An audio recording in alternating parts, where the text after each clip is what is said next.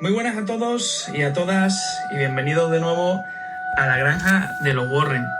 Hoy venimos a hablar de historia, hoy venimos a hablar de arqueología, de misterios. Como bien hemos dicho en otras ocasiones, la historia, la arqueología van de la mano con el misterio, que misterio no es solamente fantasmas, leyendas, también se engloba todo este mundo. Y tenemos como invitado excepcional, un gran placer para mí, tener a Gabriel Santana. Gabriel, muy buena. Hola, muy buena. Un placer es mío participar en la granja de los Warren. Gabriel, un intrépido aventurero que te ha recorrido prácticamente el mundo entero, diplomado en Ciencias de la Educación, arqueólogo, historiador, apasionado del misterio de la arqueología, un poquito de todo, ¿no, Gabriel? Un poquito de todo, sí. Ha nacido desde pequeñito, desde que tenía 3 años, toda esta afición. Y todavía queda mucho mundo por recorrer, pero medio mundo llevo ya. Y fíjate, Gabriel, me comentabas que eras de aquí, de la provincia de Cádiz, y te recorrió ya prácticamente todo el mundo, ¿no? Investigando, porque, como tú bien me has dicho, a ti te gusta ir in situ a los lugares. Correcto, ¿por qué? Porque desde el escritorio te llega mucha información de Internet. Lo que ocurre es que Internet tienes que filtrar. Entonces, los datos que te dan el ordenador o incluso las fuentes no son siempre verdaderas. Entonces, me gusta ir al sitio, investigar el sitio y conocer de primera mano lo que es la leyenda, el misterio, los mitos, la mitología y todo lo que se engloba a lo que tú investigas. Tocar in situ la piedra aquella. También, Gabriel, sentir, ¿no? Como cuando tú vas a un lugar, a un yacimiento arqueológico, a un lugar con historia, también sientes las energías que están por allí rondando por la zona, ¿no? Y también es algo que es mejor vivirlo en el lugar, ¿no? Que, como tú bien dices, a través de la pantalla. Efectivamente, y muchas veces te condiciona, ¿no? Porque muchas veces te pone piedra sagrada y ya te condiciona a que esa piedra te dé una energía. Pero lo que engloba, te puedo decir que lo que engloba no es la energía de esa piedra, sino lo que engloba el monumento entero. Nada más que pensar que las pirámides de Egipto, porque me entiendan los oyentes, verlas in situ y decir tú, imposible que la haya hecho el hombre. Si te vas a Machu Picchu y ves aquello, si te vas a las construcciones de Mesoamérica, si viajas a la Polinesia y ves esas cosas construidas por el hombre, que no tienen ni pies, ni cabeza, ni sentido en la época en la que supuestamente están datadas, o te vas aquí mismo, ¿no? A toda la mitología que tenemos en Cádiz, o a los dólmenes de Antequera, también, ¿no? Entonces, que no hace falta irse a la isla de Pascua. Entonces, lo que engloba más que nada es el misterio de qué veían, de cómo fueron ayudados y de dónde sacaban esa imaginación o ese conocimiento, más que en sí que el lugar sagrado en sí. ¿Y cuántas investigaciones, Gabriel, se ha hecho con respecto al tema de las pirámides? Que, por cierto, en otro programa ahondaremos un poco más, pero que, vamos, según tengo yo entendido, todavía no se ha podido dar una explicación que todos los investigadores y expertos se hayan puesto de acuerdo de decir, oye, que las pirámides se hicieron de esta forma. Todavía no ha habido nada en consenso, ¿no? No hay nada.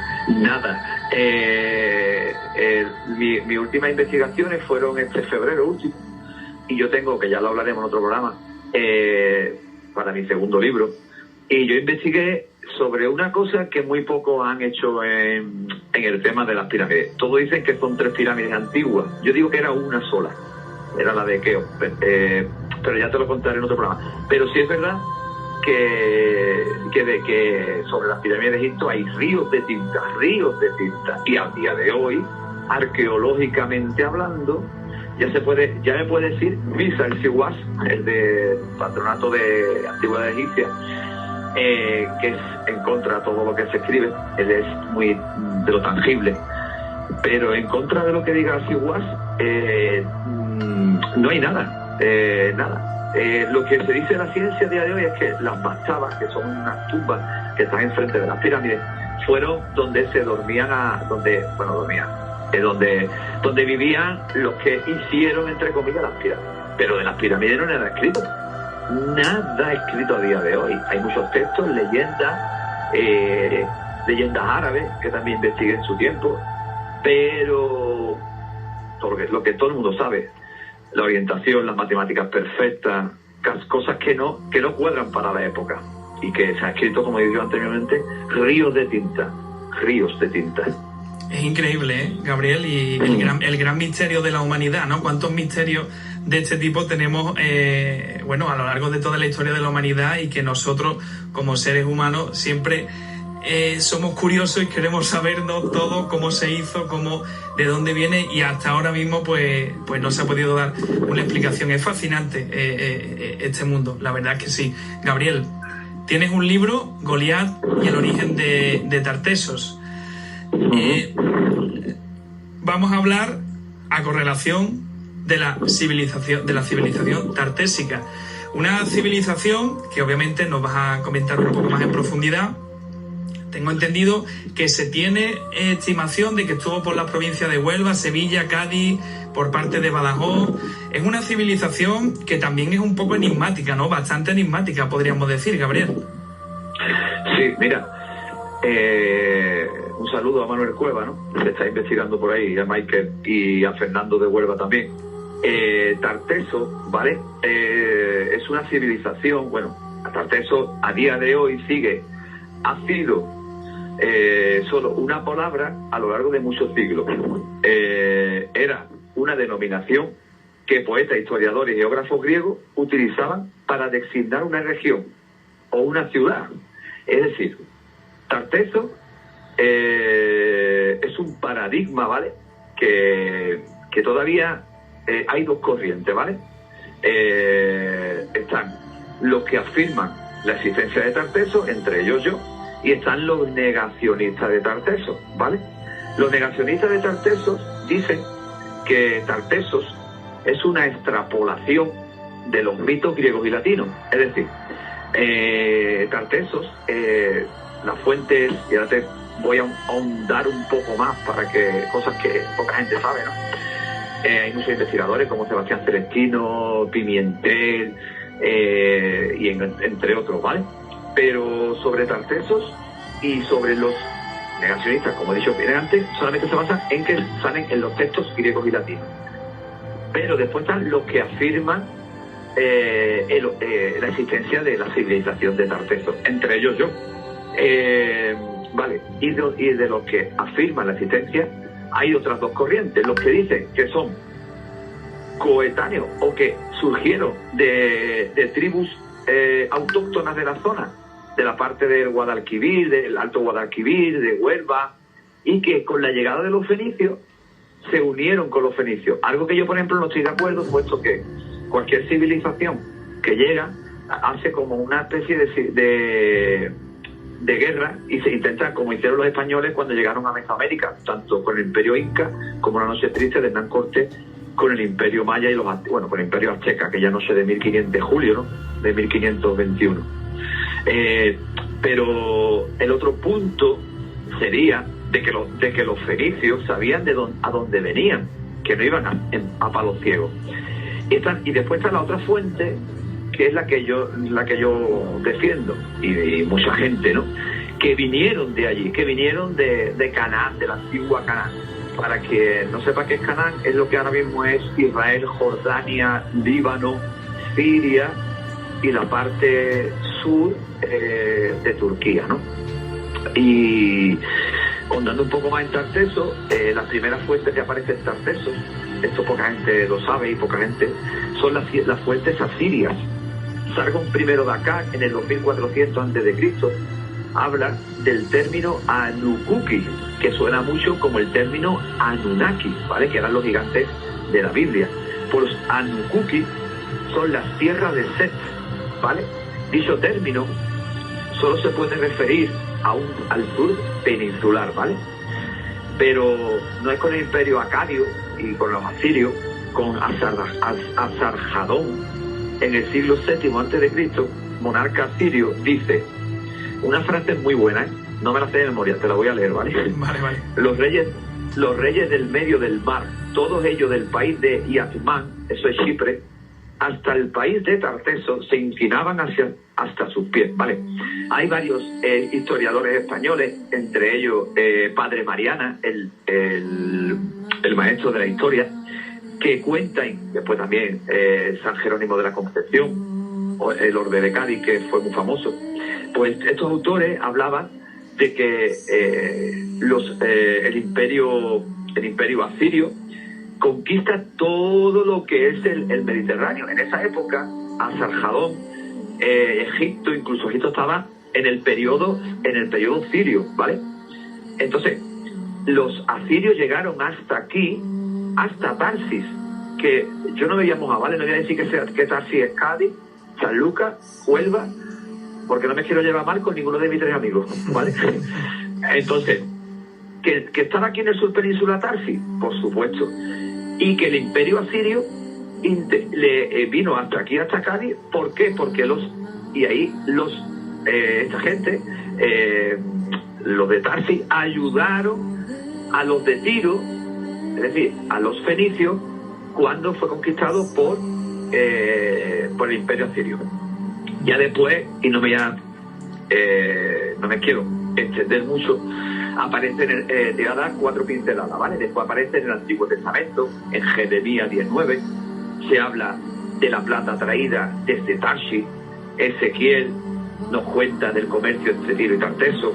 En los libros de Reyes, que es el que más me interesa, es que la flota de Salomón venía hasta Tarsis, que San Jerónimo de la Concepción desciende, que es Gadis, y que aquí llegaba a comercializar y que tardaba 3 años porque cogía por la parte sur de África, no cogía el Mediterráneo. Ojo, no cogían por el Mediterráneo, volvían por el Mediterráneo porque todavía no había pueblos, no había puertos donde quedarse hasta la llegada de los cartagineses.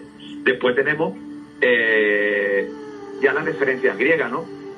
Heródoto, en el siglo VII a.C., el padre de la historia, habla de Argantonio en su libro cuarto, sobre un tal Coleo que viaja hacia Egipto, pero el viento de Levante lo lleva a Samos y terminan en Cádiz. Después tenemos Hesíodo, que habla de la teogonía, donde habla del mito de Gerión, de aquí el Gerión de las 3 cabezas, que también hablaremos en otro programa, como ya te he dicho antes. Después tenemos a Chesícoro, que habla de la Gionodea, que habla de Gerión, del rey de Tarteso, que nació frente a Cádiz. Este autor griego dijo que Gerión nacía en Eriteia, en Cádiz, en una gruta, que todavía la estoy buscando, pero que una gruta que nació este gigante en una gruta enfrente de la isla de Cádiz. Después tenemos a Ariano en el Anabasi, Apolodoro de Atenas, Biblioteca Mitológica, Virgilio en la Eneida, un libro que recomiendo, Diodoro de Sículo, Pompeyo y por supuesto las fuentes latinas. Estrabón hablaba del Golfo Tartesios, el Cabo Tartesios, el río Tartesios, el bosque Tartesios de tu zona, el río Tartesio, que es el Guadalquivir, que se dividía en 2 y que Tarteso estaba en el centro de ese río. Y de algo que comento mucho con Manuel Cueva, ¿no? Después tenemos a Vieno, en el siglo IV, que habla de la descripción del orbe terrestre, las cartas marinas, las costas marinas, que habla del periplo de Masaliota. Masaliota era un navegante que sale de la isla británica y recorre todo lo que es el Atlántico por Cádiz hasta llegar a Marsella. Y entonces ese hombre describe lo que es el mito de Tarteso. Después tenemos a los autores modernos.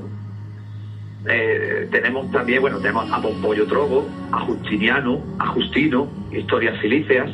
Y los autores modernos tenemos Antonio de Nebrija, que muestra la historia de las antigüedades de España, Juan de Pineda, que en su libro De Rebus Salmonis habla del comercio de Salomón con Tarsis. Después tenemos Fray Jerónimo de la Concepción, que te he comentado antes, que tiene un libro que se llama Cádiz, Emporio del Orbe, que el Papa Benedicto fue donde se basó y dijo que los Reyes Magos vienen de Tarsis, vienen de Cádiz. No sé si sabes eso. Fíjate, interesante. Son muy curiosos. ¿He escuchado? Sí, pues cuando quieras y nos veamos, te voy a decir, que yo tengo el libro de él, ¿vale? Lo saqué, tengo una copia, PDF, porque es muy difícil de tenerlo. Y habla de que los tres reyes magos vienen de Tarsis, no vienen de Oriente, vienen de Occidente, ¿eh? Y eso y eso lo dijo el Papa Benedicto, ¿eh? Podría cambiar la historia por completo, Gabriel. Sí, si te metes en un artículo del año 2012 y pones esta noche Papa Benedicto, Reyes Magos, en su libro Jesús de Nazaret, el Papa Benedicto habla de los Reyes Magos, que son de Tarsis, que son de Cádiz, y se basa en el libro de Fray Jerónimo de la Concepción, que tiene una calle en Cádiz. Después tenemos Padre de Mariana, como te he dicho antes, en su rocambolesca, porque es increíble en su historia. Y por supuesto, y para ir terminando ya, ¿no?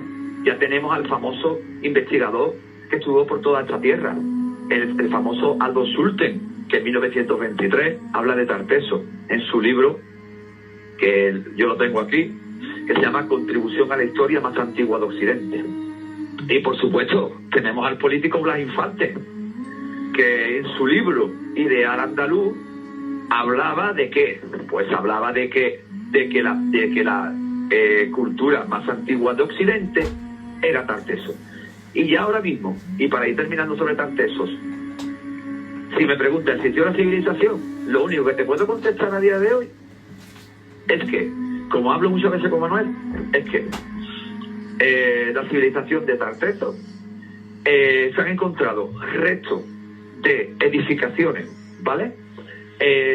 Tanto en el sur de Portugal, en Huelva, en Sevilla, en Cama, Extremadura, Cádiz, Tarifa, incluso Tarifa, en los Altos de Medina, en Cartella, que es lo que está al lado de Tarifa, en las mesas de Axa, ¿vale? En todos esos sitios se ha encontrado una civilización que cuadra perfectamente entre el siglo VII y el siglo XII, en el cual termina mi libro, con la llegada de Tartesos aquí a la península ibérica, y el fin de Tarteso. ¿Cuál es el fin de Tarteso? Argantonio. Pero, ¿con qué nos chocamos?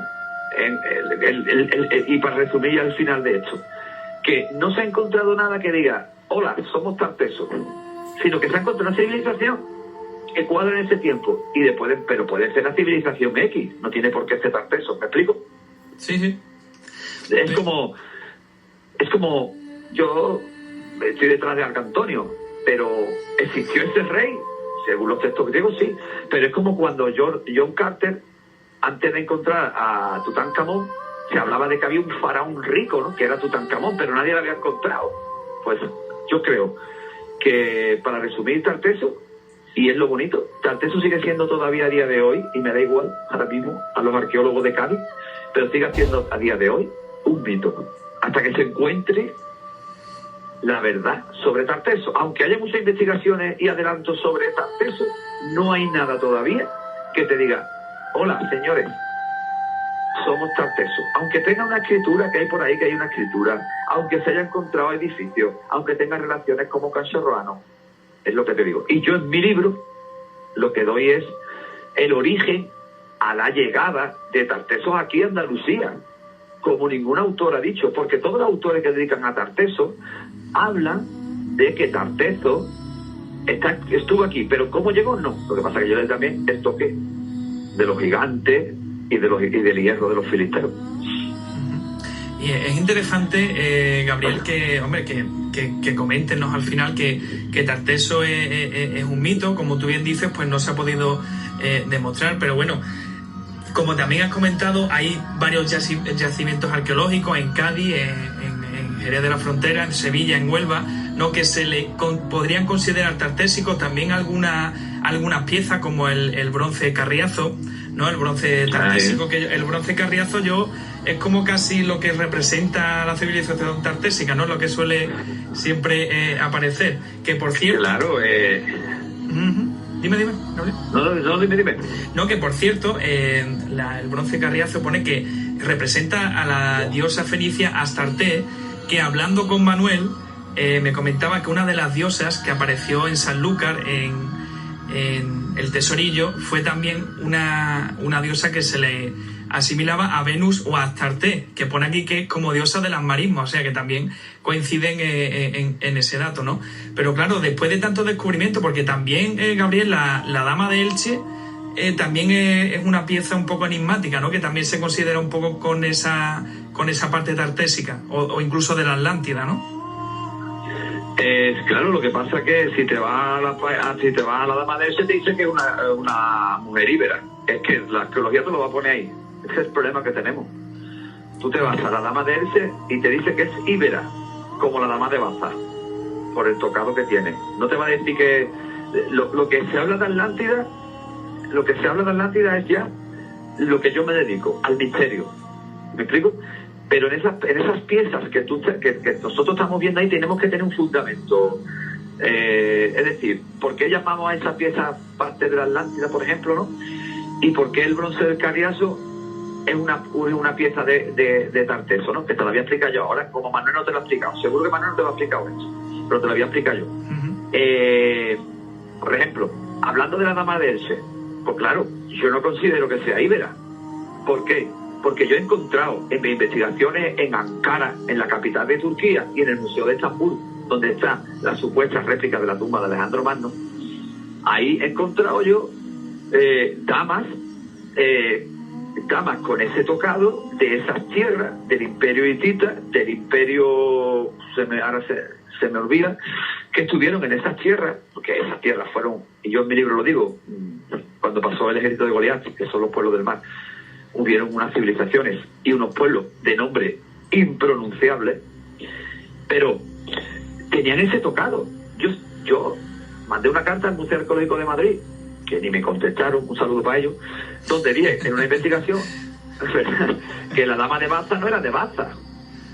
Y entonces se pone la mano a la cabeza, ¿cómo no va a ser de Baza? Digo, porque yo he encontrado estatuas iguales en la otra parte del mundo. Porque a lo mejor fue un barco que vino aquí y la Dama de Baza pues llegaron a Granada, tierra del Algar, tierra de la cultura Algar, tierra de anteriormente de la cultura de los Millares, y le regalaron esa estatua. ¿Por qué no? ¿Quién me dice a mí? ¿Por qué? Porque la encontraron en Baza, ya es la Dama de Baza. ¿Y por qué? ¿Quién no me dice a mí que no viene de las tierras de Canaán, del Mediterráneo? ¿Por qué no? Si yo he encontrado los vestigios allí. Pues claro, porque nos chocamos contra la arqueología y nos vamos a chocar con cosas como la Dama de Elche de la Atlántida. Vamos a ver, ¿por qué no? Puede que sí, ¿no?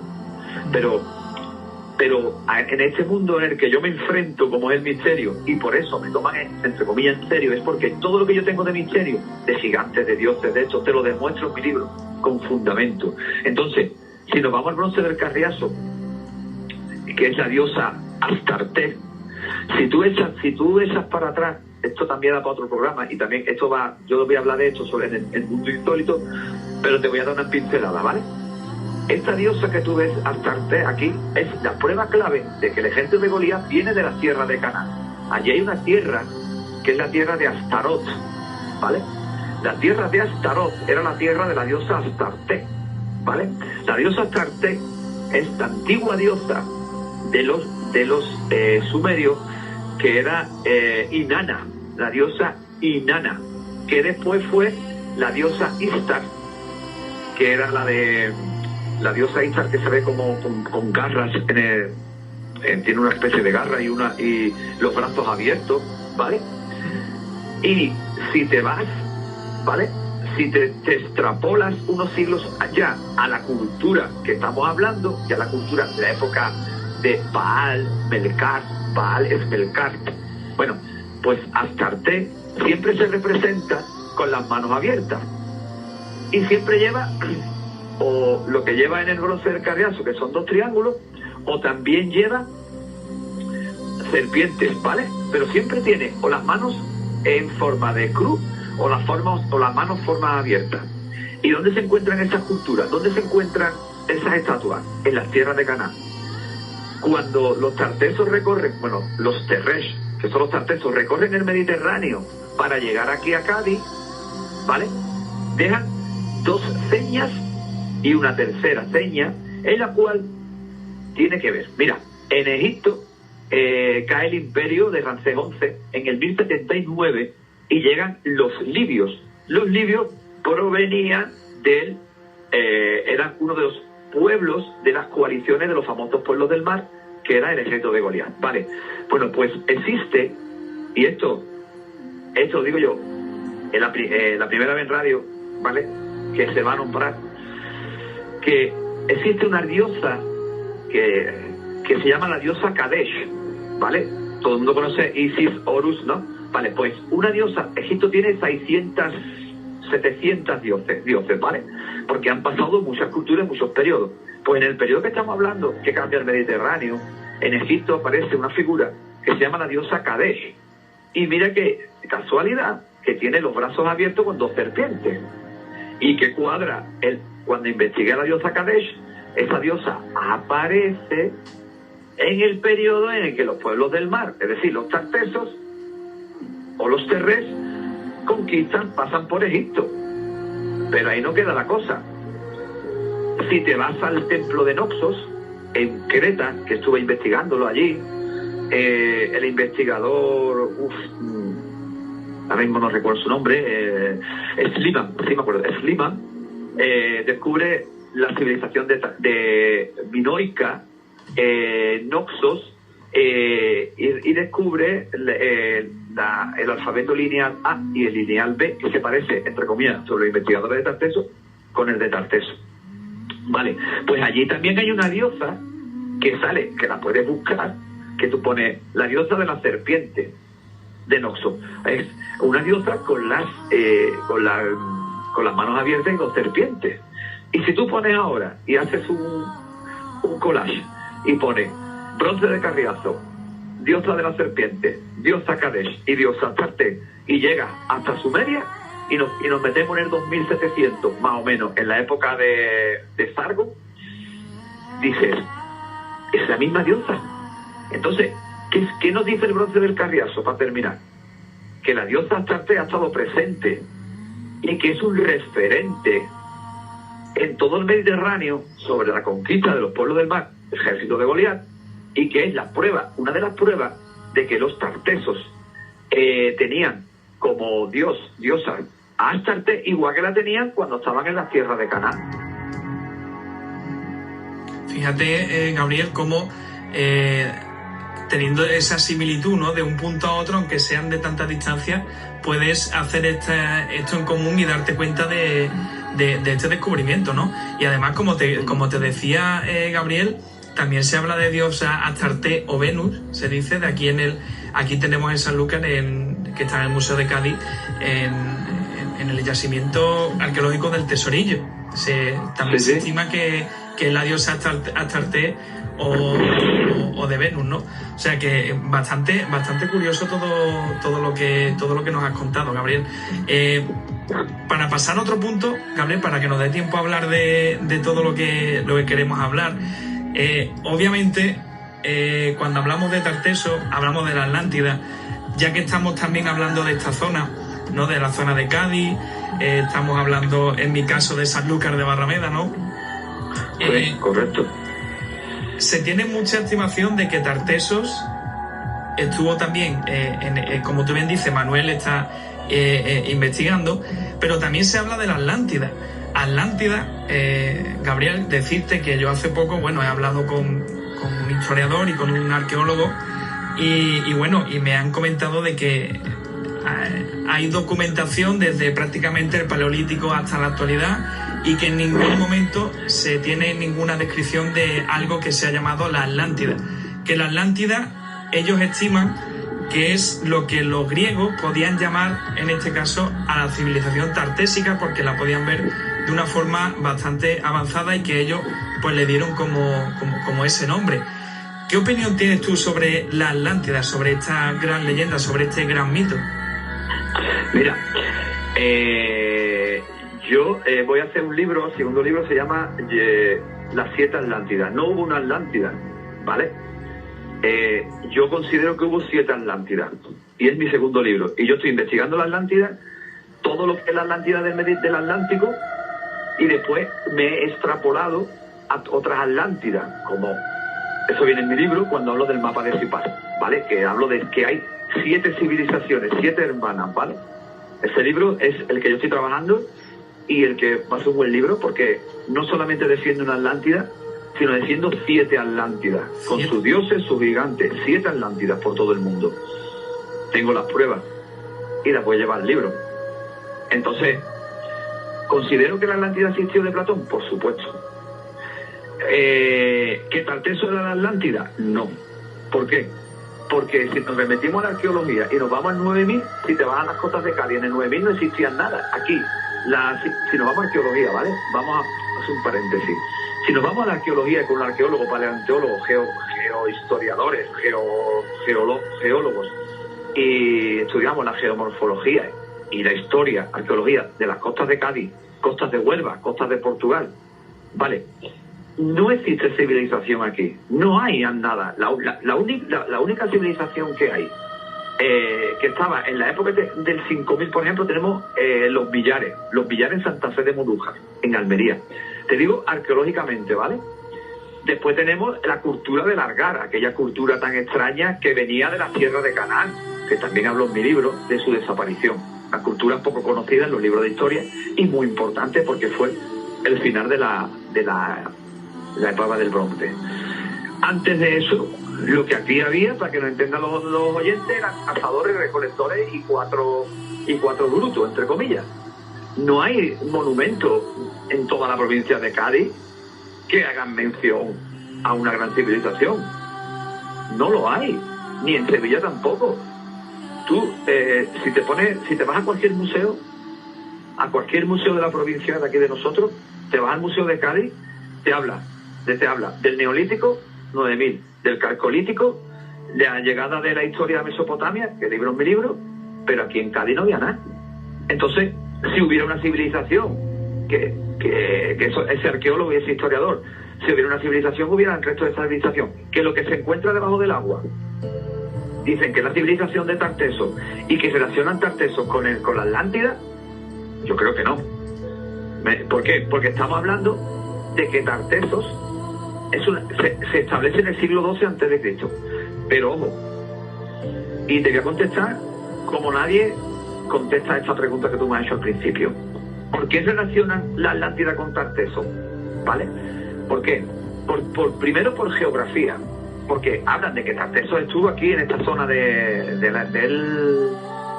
la Tierra, pero sobre todo por un tal Ignatius Donnelly.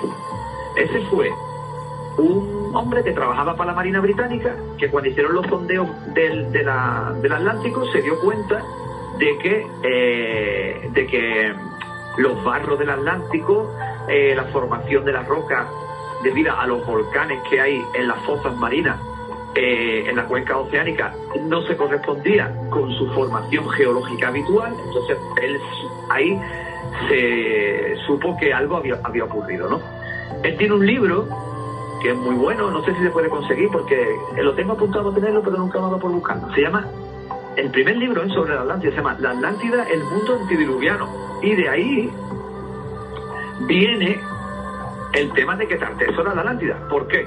Porque este hombre, en una declaración para el New York Times, allá por finales del 19, dijo, lo tengo aquí, te lo leo literalmente: los dioses y diosas de los antiguos griegos, fenicios, hindúes y escandinavos eran simplemente los reyes, reinas y héroes de la Atlántida, y que los actos que se le atribuyen en la mitología son un recuerdo confuso de hechos históricos reales.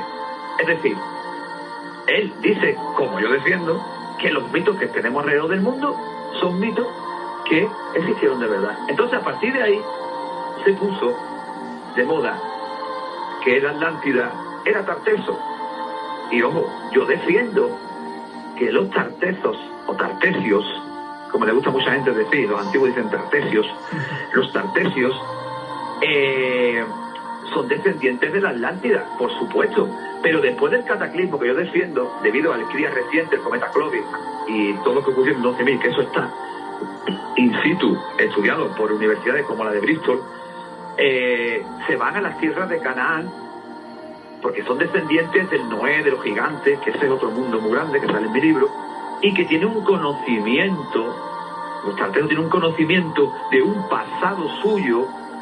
Por eso los tartesos se unen a los pueblos del mar y escapan de las tierras de Israel, escapan de Israel por el yugo del ejército de Israel, con las armas que Dios les había dado. Suena muy película, pero es que es así, de como defiendo yo, y llegan hasta aquí porque conocían el camino y vuelven a su tierra, vuelven a buscar el dorado ibérico de los metales.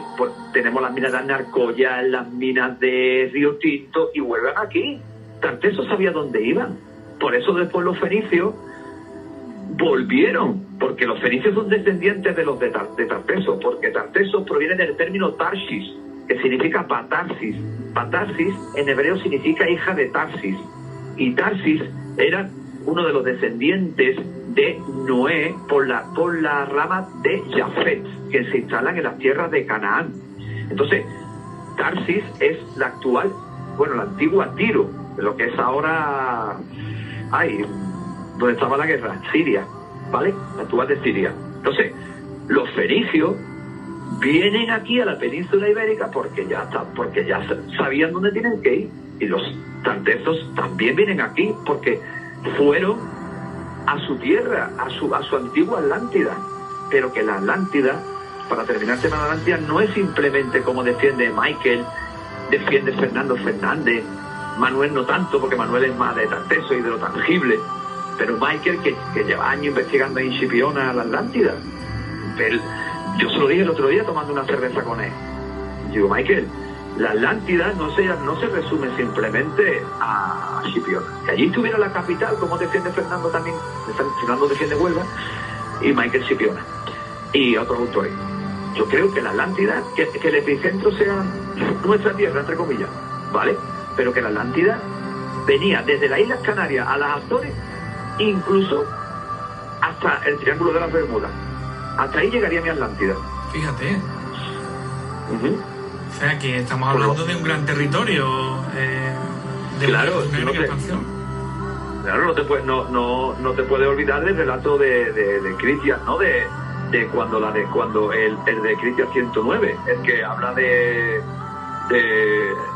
resumen que hace Platón, Critias habla sobre él, que dice, te lo leo en un pequeño fragmento, que dice: ante todo recordemos que el total de años transcurrido desde que se dice que estalló la guerra entre los que habitaban más allá de las columnas de Heracles y todos los que poblaban las zonas interiores es de 9.000 años.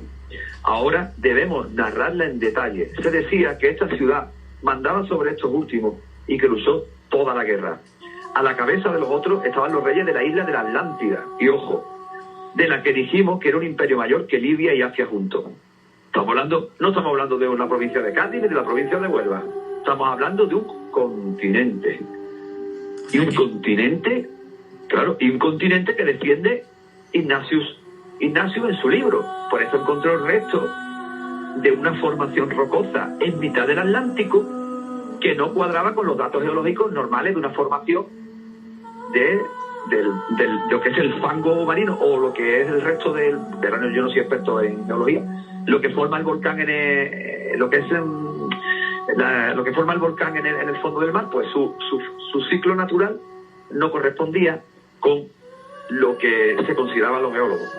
Entonces él descubrió que allí había pasado algo, y que no se basa simplemente en la provincia de Cádiz ni en la provincia de Huelva, sino que todos tienen razón. Para mí, mi teoría, Michael la tiene, Fernando la tiene, y el que hable, y el hombre que habla en Canarias, que nadie lo toma en serio, pero que tiene cosas que son muy razonables. No te puedo decir nombre porque no me acuerdo. Yo lo sigo mucho por YouTube. Algunas cosas son fantásticas y otras dice, va, un poquito de por favor. Pero las Canarias fueron también, por supuesto, si es que las Canarias son las Pleiades. Las Pleiades son las hijas de Poseidón, y Poseidón era el rey de la Atlántida. Es así. O sea, Gabriel, pero ya para terminarnos de hablar de la Atlántida, porque sé que con el tema de la Atlántida podríamos estar horas y horas y horas hablando, porque es un tema bastante extenso, ¿no?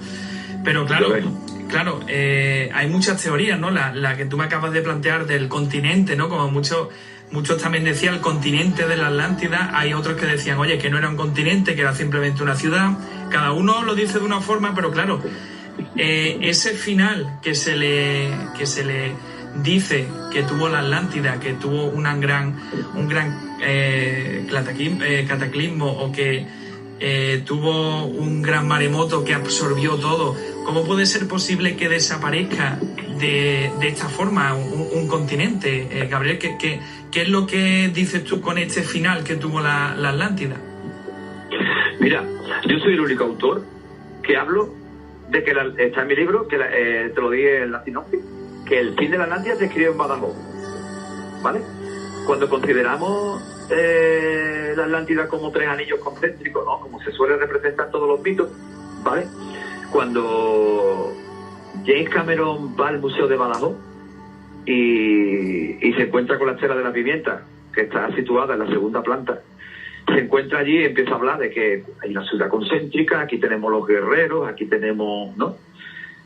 Pues arriba de esa estela, es el final de la primera parte de mi libro, se ve cayendo una especie de meteorito, es decir, se va fragmentando y va señalando en forma de parábola, va señalando lo que es la supuesta isla de la Atlántida, ¿vale? La supuesta ciudad circular, aquella. Entonces, yo vi ahí el fin del cataclismo.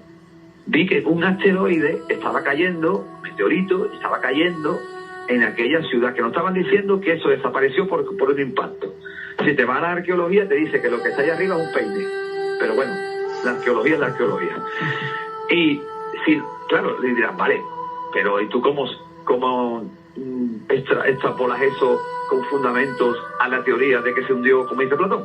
Vale, pues Platón, ya sabéis que Platón no fue quien habla esto. Platón lo narra en su libro, Diálogo de Critias y Timeo. ¿Por qué? Porque el que escuchó la historia fue Critias de su abuelo Solón, ¿vale? Del otro Solón que viajó a Sais. Es decir, que la historia tiene 4 caminos, que a lo mejor no fue como dijeron, ¿vale? Porque tiene 4, y Platón lo escuchó entre bambalinas. Porque Critias es un discípulo de Sócrates, y Platón era pequeño y escuchaba la historia de Critias detrás de un biombo. Eso poca gente lo sabe, pero eso es así. Que no lo escuchó entrevistando como tú me estás entrevistando, sino que él lo escuchó entre bambalinas. Bueno, pues mis investigaciones me llevaron a decir, vale, ¿qué tiene de mito, qué tiene de realidad? ¿Qué ocurrió en el 12.000? Si nos ponemos con 9.000 años, como dice Platón, nos metemos en el 12.000, ¿vale? En el 12.000 pasa, la humanidad pasa del Pleistoceno al Holoceno. Pasamos del Paleolítico Superior, de estar en caverna, a hacer grandes monumentos, ¿vale? Hay un cambio también ahí de mentalidad, que vamos, que es impensable, ¿no? Ya empieza la cultura, ya empieza la agricultura, X, ¿vale? Nos metemos en el cataclismo. Hay un periodo ahí que se llama el Drías reciente, Crías reciente, o el Young Drías, ¿no? El joven Drías, ¿vale? ¿Qué ocurre? Que nada más que en un periodo de unos 1700 años, ¿vale?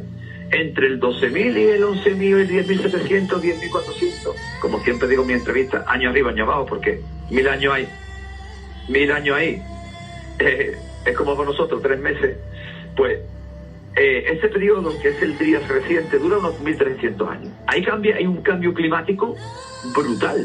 Hay un cambio climático que pasamos a una edad de hielo, ¿vale? A una edad de hielo, a un calentamiento y a un de hielo, y volvemos otra vez a otra edad de hielo. ¿Qué ocurre? Que se comenta la teoría del cometa Clovis. El cometa Clovis fue un cometa que impacta en las costas de Canadá. Pero recordemos que en ese tiempo toda aquella parte de Canadá estaba congelada, había miles y miles de metros cúbicos de hielo. Cuando el cometa impacta contra el hielo, lo que produce es un invierno nuclear. Tú imagínate el choque del cometa, el deshielo, la enorme ola que produciría a nivel planetario. Claro.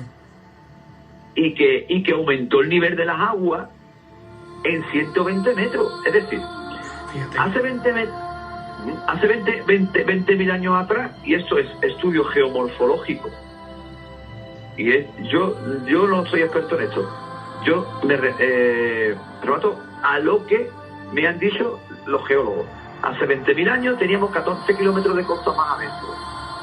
De ahí está lo que defiende Michael, en el sentido de Chipiona, ¿no? Todos los restos esos que hay en la misma playa, ¿no? De Chipiona y de San Lucas, que llaman, donde la gente, los corrales, ¿no? Se llaman por aquella zona. Entonces, esa parte y más restos.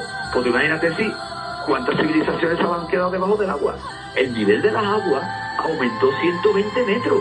Por eso, la Atlántida no se puede encontrar. ¿Por qué? Porque la Atlántida que se enterra en el barro, tenemos el barro y encima 120 metros de agua. No tenemos, ¿cómo te explicaría? 120 metros y la Atlántida debajo. No, tenemos barro y 120 metros de agua, que se bajó después 60 metros, que es las costas actuales. Vale. Y te preguntan, bueno, ¿y de esto hay datos? Pues claro que hay datos. La Universidad de Bristol encontró isótopos en Groenlandia que demuestran una temperatura de menos 15 grados en diferencia con la actualidad. ¿Qué pasa también? Que se encontraron niveles de platino y materiales fundidos a altas temperaturas. Y también se encontraron en estas investigaciones, en los tubos que sacan del hielo, se encontraron a nivel mundial, ojo, se encontraron nanodiamantes que solo existen en los cometas, ¿vale? Claro, todo aquello que dio el impacto, pues consecuencia fue la parada reducción de la circulación termohalina del Atlántico Norte debido a un repentino flujo de agua dulce. Lo que ocurrió fue la activación del Atlántico Norte, es el cambio tan grande que produjo aquello y la enorme ola de consecuencias que todas las culturas que yo he estudiado, yo ya he dado 2 veces la vuelta al mundo. Bueno, pues yo te puedo asegurar que en mi vuelta al mundo siempre hay 2 cosas que van de la mano: que hubo un diluvio antes de un 10.000 y que los dioses se fueron y que prometieron volver. ¿Y qué pasa? Que si te vas a Egipto, tenemos el calendario de Dendera que comienza en el 12.000. Cuando Leo mira el 12.000, tenemos restos del diluvio en las pirámides. Y esto lo dije yo en la puerta de la pirámide. Eso es otro programa. Pero te puedo asegurar que las pirámides de Egipto, y esto tú no lo sabías, las pirámides de Egipto tienen restos del diluvio. Porque la pirámide de Keops, y te adelanto esto, fue un lugar donde se guardaron conocimientos antiguos antes de la llegada del diluvio. Antes de la llegada del diluvio, o sea, vamos, yo me acabo de quedar ahora mismo claro. Muerto de He dicho que soy una cara de sorpresa. Claro, fíjate, ¿no? Y claro, eso también, como tú has dicho allí in situ, que lo viste y pudiste comprobar que es cierto. O sea, que cuando estás hablando del diluvio, estamos hablando del diluvio que todo el mundo conocemos como el de Noé, el más famoso, o estamos hablando de otro diluvio. Sí. Vale. Claro. Cuando hablamos del diluvio de Noé, hablamos del Noé bíblico, ¿vale? Porque la Biblia se hizo en el siglo XI, siglo IX antes de Cristo, ¿no? Pero que es una copia de los textos antiguos, ¿no? De los textos sumerios y de todo eso. Noé, en nuestra tradición conocemos al Noé bíblico, pero que el Noé bíblico tiene varios nombres. Noé bíblico, en el mito de Gilgamesh, que es un mito babilonio, está Utnapishtim, después está Siusudra, y en el Atrahasis babilónico tenemos al Atrahasis, o el gran sabio. Después tenemos en la cultura Mazda de Irán, nos hablan de Ahura Mazda, que hace una cueva para guardar a la gente con la llegada de un diluvio. Después tenemos, por otro lado, el diluvio, que las fuentes árabes, que ya lo veremos si quieren en otro programa que hablamos de Egipto, hablaban de que las pirámides, es decir, el rey tuvo un sueño en el cual le dijeron que los dioses iban a hacer estaban enfadados, iban a asegurar cataclismo y que tenían que guardar conocimiento dentro de las pirámides, ¿vale? Después te vas a la cultura mexica, te vas a los aztecas, donde se habla que la diosa Tlaloc, la diosa del agua, iba a mandar un gran diluvio. Te vas a la cultura inca y tenemos a Viracocha y a la Mamapacha, que habla de que el dios del lago Titicaca le van a por enfado va a mandar un gran diluvio. Te vas a la cultura de Rapa Nui, te vas a donde estuve yo, la isla de Pascua, y te cuentan la leyenda de los siete Moai. Por eso hay 7 Moai mirando al mar, que cuenta que vienen de una isla que se iba a inundar y que tenían que ir a otra isla que nunca se va a inundar, que es la isla de Pascua, y por eso llegaron. Y después te vas al mito de la Polinesia, que son los mismos, y te hablan de hormigas, de que se metían en las cuevas, de los seres hormigas que venían y que va un diluvio, que son los mismos dioses hormigas que aparecen en Arizona. Es decir, que en todas las partes del mundo, solamente que la gente conoce nada más que el diluvio de Noé, porque nos lo han dicho de pequeñito, ¿no? Pero realmente el diluvio está en todo el mundo, porque fue, como te he contado, un hecho demostrado científicamente que ocurrió en el 12.000. ¿Fue el diluvio que hundió la Atlántida? Yo digo que sí. ¿Qué te dice la comunidad científica? Que la Atlántida sigue siendo un mito. Pero que, como te di al principio de la entrevista, yo todo lo que hablo sobre mitología lo fundamento. Entonces, tenemos la base mitológica del mito de Platón, que cuadra perfectamente con la base científica del cometa Clovis o del día reciente. Es estremecedor, Gabriel, pensar en todo lo que ha ocurrido a lo largo de la historia de la Tierra, ¿no? Como en este caso estos cataclismos, ¿no? De un diluvio. A mí, yo de verdad que lo pienso y me pongo hasta nervioso, porque es que es espectacular, ¿no? La cantidad de sucesos que bueno, obviamente no cuánta historia tiene nuestra Tierra guardada, ¿no? Pero es increíble de verdad, y como tú bien dices, ¿no? Cuando lo basas en fundamento y cuando das pruebas de que, oye, que esto pasó, pero, de verdad, ¿no? Que eso es lo que te estremece ya del todo, ¿no? Es decir, oye, que esto ocurrió. Y si te digo yo, eso, como estamos hablando de mi libro, pues viene muy bien también. Bueno, pues también tengo yo las pruebas, el fundamento de que existieron unos dioses, unos gigantes y unos dioses que vivían 4.000, 5.000, 6.000 años. Existen las pruebas arqueológicas de que antes del diluvio universal existían unos dioses, como he dicho anteriormente, vivían toda esa cantidad de años. Mira, existe el papiro de Turín, para todo el mundo que vaya a Turín, que visite el museo de histología que hay allí, que es muy famoso, donde está el papiro de Turín, ¿vale? Y volviendo también un poco al diluvio, en el libro de los muertos, en el papiro de Ani, yo tengo aquí el original comprado en Egipto, habla también de un diluvio. El libro de los muertos, que es el papiro de Ani, es un texto que habla del diluvio, ¿vale? Del diluvio, ¿vale? Y de un diluvio. Yo también soy experto en jeroglíficos, yo traduzco los textos jeroglíficos, ¿vale? Entonces, cuando yo estuve allí en Egipto, yo estuve en el templo de Fu buscando evidencias y las encontré sobre el diluvio universal, ¿no? Hay un texto que hablaba sobre un gran cataclismo que ocurrió.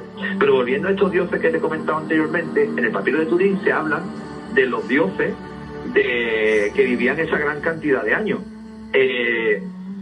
Mira, hay un sacerdote egipcio que se llama Manetón.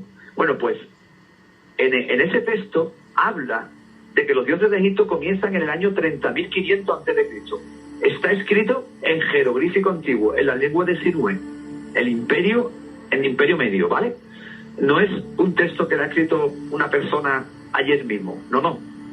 Es una prueba arqueológica que yo siempre defiendo ante la comunidad científica y siempre saco las uñas, porque lo único que te dice es que ese texto que nosotros estamos ahí, que está ahí puesto, es un texto de imaginación. Digo, en un tiempo en el cual los escribas se dedicaban a cartas entre reyes y a temas de la vida normal, no tienen tiempo para fantasear. Era un tiempo de no hacer novelas. Efectivamente, ahora sí, porque hacer una novela, un libro, lo lee mucha gente, pero allí los jeroglíficos, la lengua de Sinué, nada más que lo conocían los sacerdotes. Entonces, volviendo al texto, que es muy curioso, habla de unos semidioses en el 16.644. Habla de un primer linaje de reyes en el 15.380. Habla de 30 reyes en el 13.572 a.C. Después habla de los 10 reyes de Tis. Y por último, que sale en mi libro, de los 10 espíritus de la muerte, que se llaman los Shensu-Or. Y para sorpresa de todo el mundo, porque esto es lo que me gusta y es lo que a mí me da el nombre, cuando yo veo un nombre, yo miro Shensu-Or. ¿Existieron? ¿Sí o no? Bueno, pues los Shensu-Or existen en jeroglífico. Yo tengo aquí un diccionario de jeroglífico y yo tengo la palabra Shensu-Or. Shen es el prefijo de la palabra seguir en Egipto, ¿vale? Shems es seguir. Muchas veces se traduce como un ojo o con un pájaro como un ojo. Y después Or, que es Oru. Pues existe.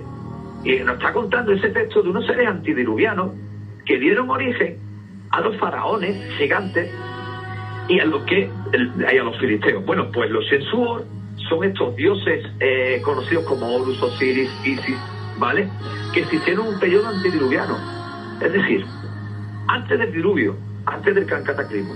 Esa es la primera prueba arqueológica. Después tenemos la piedra de Palermo, que es prácticamente una copia de esto. Tenemos los techos de las pirámides del templo de Dendera. Y por último, para que no nos centremos solamente en Egipto, existe en el Museo Asmopolitan Asmopolitan de Oxford, el prisma de Puntuel, el KW 484. Ese prisma, ¿vale? Yo tengo una copia, tengo una copia de ese texto, ¿vale? La tengo yo aquí ahora mismo, sacada del Museo Británico. Es el Historical Inscription de Well Blundell, el W444, perdón. Bueno, pues habla de unos reyes antediluvianos que existieron. Es una piedra, es un prisma, una piedra de 60 centímetros, que tiene una línea que divide antediluviano y diluvio, es decir, antediluviano y postdiluviano. Pero antes de este diluvio también habla de unos seres, unos reyes que vivieron. Es decir, tenemos las mismas pruebas. Hay dos pruebas arqueológicas que nos remiten que había unos seres antediluvianos. Y existe Gilgamesh. No sé si te suena el texto de Gilgamesh. Gilgamesh fue el primer texto que existió sobre un rey gigante. Bueno, pues Gilgamesh, el nombre Gilgamesh no es ficticio. No es como Don Quijote y Sancho Panza.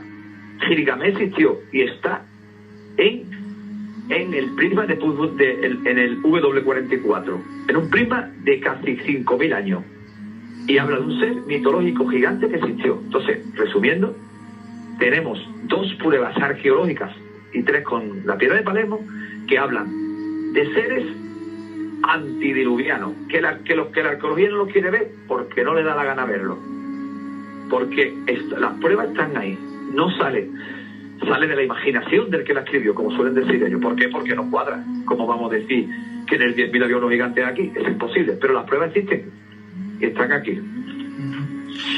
Gabriel, a colación de los dos temas que has estado hablando, del diluvio y de los gigantes, son dos temas de los que también tenemos que hablar. Si vemos que se nos queda un poco de tiempo, pues bueno, hablamos de algunos temas, y si no, otro día, por supuesto, estamos en contacto y lo seguimos hablando. Pero sí, hay una parte de tu libro, ¿no?, en el que señalas, si no me equivoco, si no me corriges, como te he dicho, hablando del tema del diluvio, Noé Lucena. Buen tema ese. ¿Qué me podrías decir? Noé Lucena. Eso fue un saludo a la gente de Lucena, que se lo he dicho ya en 1000 emisoras. Pero bueno, mira, pues eso fue lo que siempre me ha pasado en mi vida. La casualidad estaba para mí. Yo fui a Lucena con mi furgoneta por pasar un fin de semana en cualquier pueblo de España. Y la sorpresa fue mayúscula cuando aquella tarde soleada de un otoño en Lucena, porque no vamos a ir en verano a las 4 de la tarde, pero bueno, pero sí que se estaba bien. Y llegué al museo, ¿no? Y en el museo encontré estuve hablando con ella y me cuenta la leyenda de Noé. Y me dijo que el Noé bíblico murió en Lucena. Y murió en Lucena. Fíjate. Vamos, dicho a bote pronto, dirían, ¿qué me estáis contando, no? Si a mí me han contado siempre que Noé terminó en el monte Ararat, ¿no? Ararat, ¿no? De aquí, de allí de Turquía, ¿no? Pues la sorpresa fue mayúscula cuando yo me di cuenta de que había muchos iconos ocultos sobre Noé allí. Esta mujer me cuenta de que Lucena es el nombre de una de las nietas de Noé.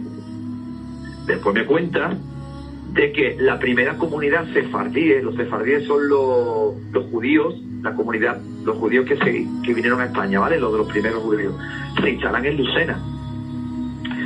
Lucena, si geográficamente está, sigue la línea recta de Martos, de Jaén y de unos pueblos muy extraños, donde se supone que se pierde la pista de la famosa mesa de Salomón, ¿vale? Aquella mesa del templo de Salomón que veía el futuro y el pasado. Entonces tenemos ahí unos ingredientes que me están contando que algo con los judíos, algo con la Torá, algo con el Noé hay allí, ¿no? En esas tierras. Después hay 7 colinas que dominan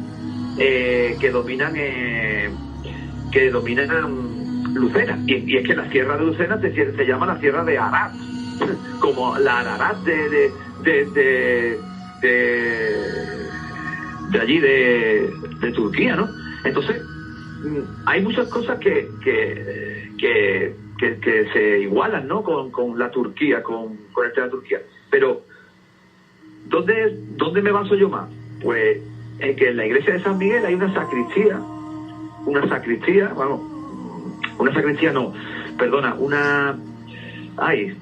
no me sale el nombre. ¿Una capilla? Una capilla, no está el nombre, una capilla, una parte de la iglesia, donde hay una representación de 653 espejos. 653 espejos. Eso no lo he visto en ninguna de las iglesias y catedrales que he visitado en toda España. Claro, 653 son las leyes de la Torá. Hablamos de que Noé viene del Noé bíblico, que se llama Noaj, terminado en J, que son los 5 libros del Pentateuco, que después se basa en el Antiguo Testamento en el siglo 11 a.C. Pero 1000 años antes los judíos hacen lo que es la Toaj y la Torá, y es Noaj, ¿no? Bueno, eso por una parte. Y después hay una iglesia que se llama el Camino de Santiago.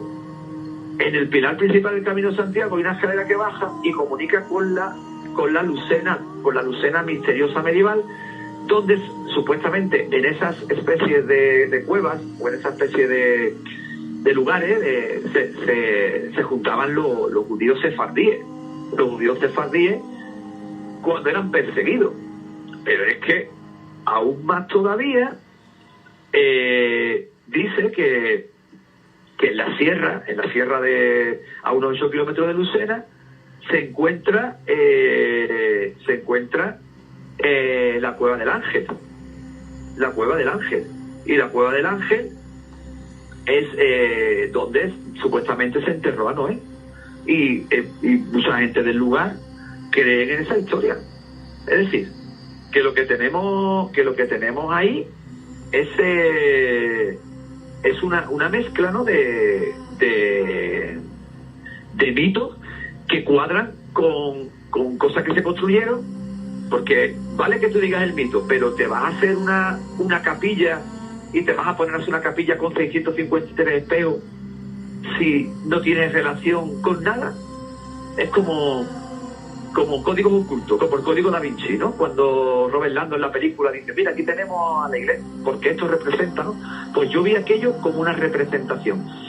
Y en el pilar central de la iglesia de Santiago hay un icono que lo defiendo yo, que es la uva y la parra. Lo primero que hace Noé después del diluvio, no se le ocurre otra cosa que hacer vino. Y tú dices, ¿hace vino? ¿Y para qué haces vino después de un diluvio 40 días, 60 o 100 días metido en un barco de madera? Tú lo que quieres hacerte coger una vaca y hacerte los chuletones, no voy a hacer vino, ¿no? Claro. ¿Qué pasa? Que para el conocimiento del vino para hacer vino tienes que tener un conocimiento previo, ¿no? De la uva, de fermentación, de química, ¿no? Yo siempre, y para resumirte porque hay poco tiempo, la representación de la parra en cualquier iglesia y catedral, eso es mío, eso es de fabricación propia, considero que es el conocimiento que los dioses después del diluvio le dan a la humanidad, ese conocimiento que estaba guardado o en las pirámides o en Sipar, como digo en mi libro, o guardado que después del cataclismo, que los dioses guardaron antes y después volvieron a dárselo a la humanidad después del cataclismo, es representado en la Torá, en la Biblia, como la Bib de Noé. Es decir, Noé le dio el conocimiento a sus nietos y a la gente que después se dividieron, como se llama la tabla de las naciones de Noé, de la cual defiendo yo en mi libro, parten todas las razas y gentes del mundo. Entonces, cuando tú veas y vayas por San Lucas y veas una iglesia y tengas la parra, acuérdate siempre de lo que te he contado. Acuérdate que ese es el conocimiento que los dioses le dieron a la humanidad. No que no hizo vino para hacer una fiesta, no tiene sentido, ¿vale? Es el conocimiento oculto que siempre está como el fruto. Por eso en el Museo Británico, en el templo de asirio de Akkad, de Nabucodonosor, aparece ese reptiliano dándole el fruto del conocimiento al rey. Se representan muchas dioses, muchas vírgenes negritas con el niño y una piña en la mano. Tú no has visto, hay muchas Chipiona, la misma Virgen tiene una piña en la mano, la Virgen de Montserrat. Es el conocimiento. Nos están diciendo que es el conocimiento. Y esa piña se extrapoló a un círculo, o mejor dicho, a una esfera que simboliza el conocimiento oculto, que está en el símbolo de Fernando el Católico, el que es a los árabes de la península, está en los leones de los diputados debajo. Los leones tienen un círculo, una esfera, y en los leones de Japón o de China, que tienen una esfera. Pues cuando veas todo eso, extrapólate a la uva, a la vid, y que nos están diciendo que todo esto que tenemos ahí, con punto final de todo, es el conocimiento oculto que le dieron los dioses a la humanidad, y que la humanidad no se olvide que esos dioses volverán o están entre nosotros, y que gracias a ellos nos dieron el conocimiento que surgió después en toda lo que es nuestra cultura. Súper interesante, Gabriel. Todo esto de que me has contado que fuiste allí a Lucena, ¿no? Que, por ir, que escuchaste historias, mitos, leyendas, y que al final, cuando empiezas a darte cuenta que muchas cosas concuerdan, no es lo mismo, dices tú, oye, esto me parece a mí que mucha casualidad tiene que ser todo esto, ¿no? Para que claro, me cuadre todo esto de esta forma. Gabriel, para terminar con este tema, porque, como te he dicho, no tengo mucho tiempo, pero vamos a tocar este tema y un último, pero también quiero saber tu opinión de forma un poco rápida y resumida. La ubicación del Arca de Noé, que también he visto muchas veces, que está en un monte, que se puede ver alguna forma, en un monte arriba que tiene nieve. ¿Tú tienes alguna teoría de dónde puede estar este Arca de Noé, o si simplemente desapareció, o qué me podrías decir? Es que si nos ponemos el mito de Noé, y que yo creo que es que no defiendo ni desmiento, ni desmiento la teoría del que fuera un Arca de Noé, que en el Arca de Noé hubiera ese gigante hijo de dioses, que no era humano, porque Noé no era humano, era hijo de Lamec y nieto de Matusalén, hijo de Lamec. Ese que podía ser que hubo uno en todas las culturas. Yo considero que ese Noé no es simplemente no hubo uno, sino que hubo muchísimos a lo largo de las culturas, con diferentes nombres, como te he dicho anteriormente. Y te digo que hay por lo menos 100 o 100 y pico en todas las culturas. Se hizo el arca, pero ese arca no llevaba animales, te lo puedo asegurar. Llevaría una especie de ADN de todas las especies. No te lo puedo decir, pero yo creo que lo que nos están diciendo ahí, más que nada, es un mito que fue realidad, pero no a través del arca, sino que hubo un diluvio que la humanidad se escondió. Los que sobrevivientes se escondieron en diferentes sitios, que destruyó muchísimas ciudades, que gente haría barcos y movidas, pero moriría, que el conocimiento, por supuesto, fue guardado, y que pasó el diluvio y que volvió el conocimiento, que hubo el arca, pues hay muchas teorías que defienden la existencia. Yo tengo un libro por aquí de misterio, que ahora mismo no lo encuentro, que habla sobre el arca. Muy bueno. Y lo que pasa es que es mucha paja, es un libro que tiene mucha paja.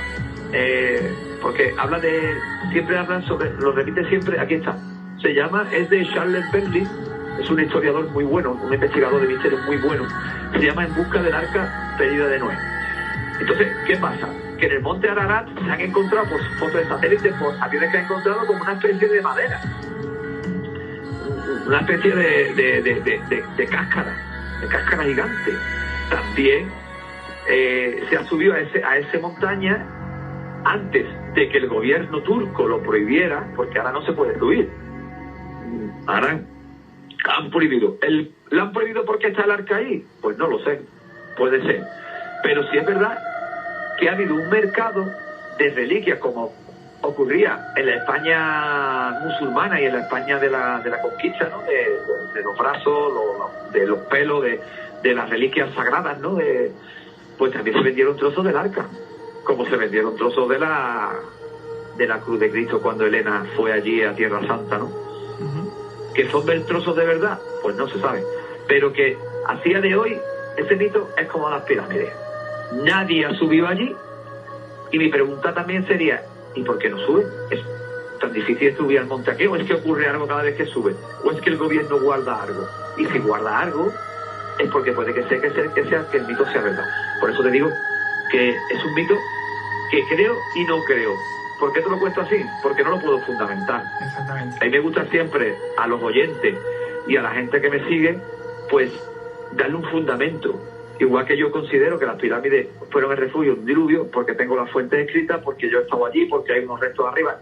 Pero yo del arca no te puedo decir nada más que lo que leí.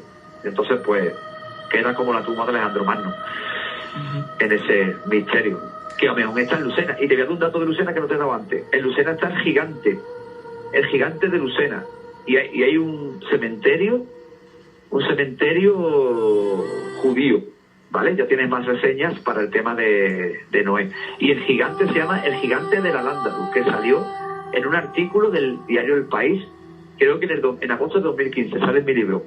Había un gigante de 214 del siglo I antes de Cristo, que para ser de aquella época era demasiado grande, para ser un judío de aquella época. Es un dato, y eso es verdad. La gente puede ir allí y puede ver la tumba del gigante, ¿eh? El gigante está allí. Eso era el último tema que quería tocar, Gabriel. Obviamente tengo aquí muchos más temas apuntados, podríamos estar aquí hablando muchísimo tiempo, pero bueno, como te digo, tengo el tiempo un poco limitado. Y vamos a tocar el último tema, que también me parece muy interesante, que por cierto, yo no te digo nada de lo que me estás contando, pero me parece todo súper interesante y me estoy quedando con la boca abierta. Tú no me puedes ver, pero me estoy quedando con la boca abierta, como te he comentado. El tema de los gigantes es un tema del que también hablas, y es un tema también interesante, ¿no? Porque siempre lo hemos tenido como algo de fantasía, algo de mitología. Como tú bien dices, ¿no? Por lo que se ve, lo primero que se tiene datos es del gigante Gilgamesh, ¿no? Como tú me has dicho antes. Y te hago una pregunta fácil, Gabriel. ¿Los gigantes existieron? ¿Los gigantes son temas de películas, ¿no? Como por ejemplo podemos ver en un anime muy famoso como es Ataque a los Titanes, ¿no? Que vemos ahí a los titanes. ¿Existieron de verdad? ¿Es simplemente mitología? ¿Son historias inventadas? ¿Qué me podrías decir de los gigantes? Siempre, y discúlpame, Gabriel, que te lo diga, no me gusta, pero de una forma un poco resumida, porque tengo el tiempo un poquito justo. No te preocupes, tú no te preocupes, yo te lo resumo. Mira, los gigantes existieron.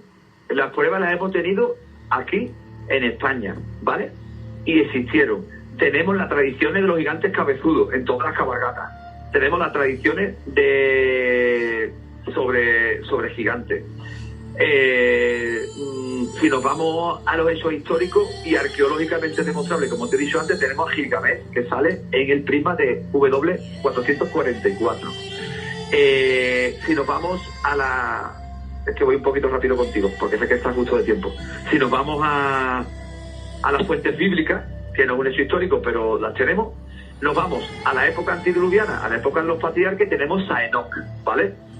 Enoc nos habla de que unos ángeles caídos, unos ángeles llegaron al monte Hemón, por el Líbano, y se procrearon con las mortales y crearon los gigantes, ¿vale?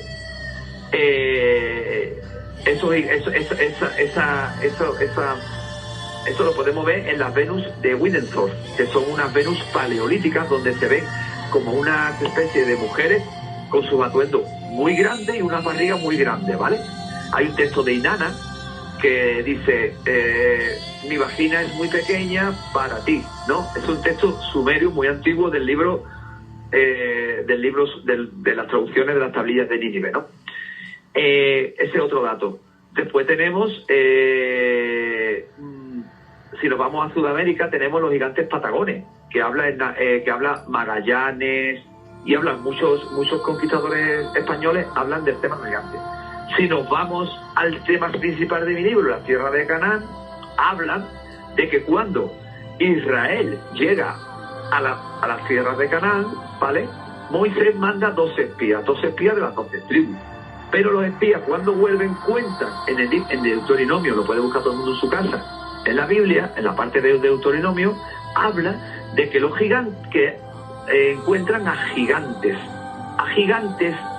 de la tribu de Anak. Anak es un gigante que hubo en la tierra de Canaán, que hablan los textos bíblicos, en el cual después llegan las especies de gigantes que había, que salen en la Biblia, los refaínes, los sonsobeos, hay muchos gigantes, ¿no?, que aparecen con nombres muy raros en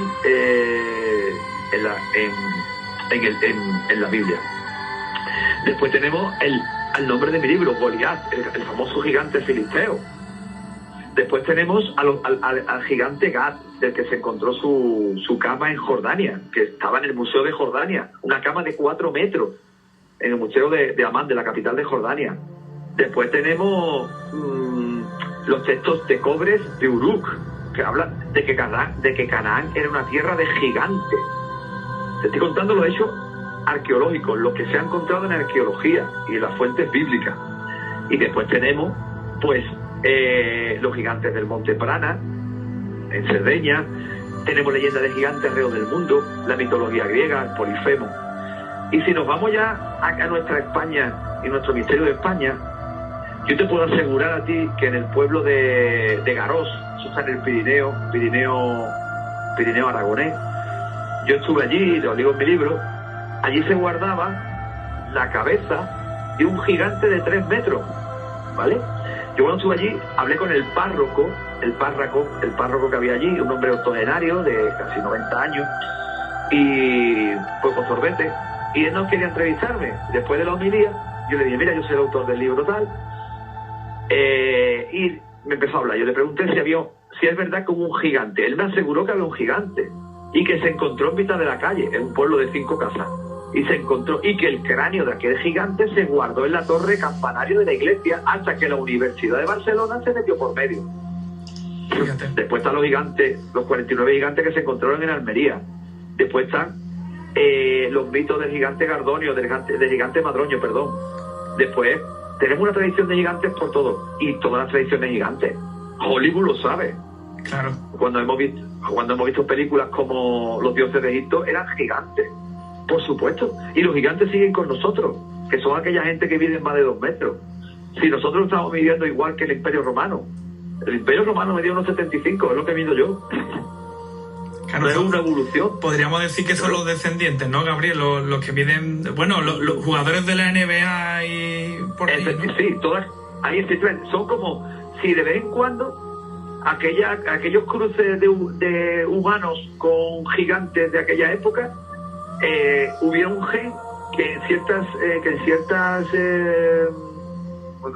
replicaciones, por decirlo de alguna manera, volviera a nacer y saliera un gigante. ¿Sabes qué te quiero decir? Es como si se repitiera, no siempre, sino que hubiera una malformación genética y volviera otra vez el gigante, ¿no? Porque si realmente nosotros evolucionamos cada vez más alto, pues tendríamos que tener ahora mismo, pues, según la evolución, 5 metros, ¿no? Entonces, existen tablillas con gigantes, sí existen.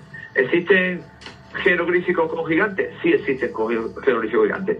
Yo con Juan Carlos voy a hablar la semana que viene sobre faraones gigantes, que también existen, porque se han encontrado las herramientas de estos faraones en el Museo de Oxford. Cuchillos gigantes, las hachas de Bagdad, el pie de Goliat. Te estoy resumiendo mucho, pero se ha encontrado a nivel planetario muchos datos sobre gigantes. Lo que es verdad, que Internet tiene muchas imágenes falsas, ¿no? Que son muy fáciles de tocar ahora mismo con el tema de la tecnología, que cualquiera lo puede hacer en su casa, y es verdad que hay que filtrar mucho. Pero siempre le digo al oyente que se vaya a las tradiciones de los pueblos, que nunca mienten. Ahí se encuentran muchas cosas, Gabriel, cuando empieza a profundizar en las tradiciones, en lo que se habla, lo que va pasando también de generación en generación. Ahí también se encuentran muchos datos y bastante interesante. Gabriel. Es como la cabalgata. Sí, dime. No, te voy a terminar como he empezado. Por ejemplo, cuando vemos una cabalgata, siempre hay gigantes cabezudos. Exactamente, es así. Por algo será, ¿no? Como tú bien dices, por algo será. Pues muy interesante, Gabriel, lo que nos has comentado también de los gigantes. Y bueno, muy interesante todo. De verdad que me ha encantado hablar contigo y yo por mí, vamos, estaría toda la tarde prácticamente hablando de estos temas, porque también me encanta, ¿no? Y de la forma que lo explica, pues hace que sea entendible para todos. Y yo creo que todos los apasionados de, como bien he dicho al principio, del misterio, de la arqueología, de la historia, pues seguro que también le encanta escucharte. Gabriel, solamente darte las gracias por haber estado en la granja de los Warren. Por supuesto, ya hacía bastante tiempo que quería tenerte por aquí, y por supuesto nos vemos en una próxima cita cuando ya podamos los dos más adelante, y seguiremos hablando de algunos temas que tenemos preparados bastante interesantes. El placer ha sido mío por dedicarme un ratillo a tu audiencia. Por mí es un placer. Por mí siempre es un placer.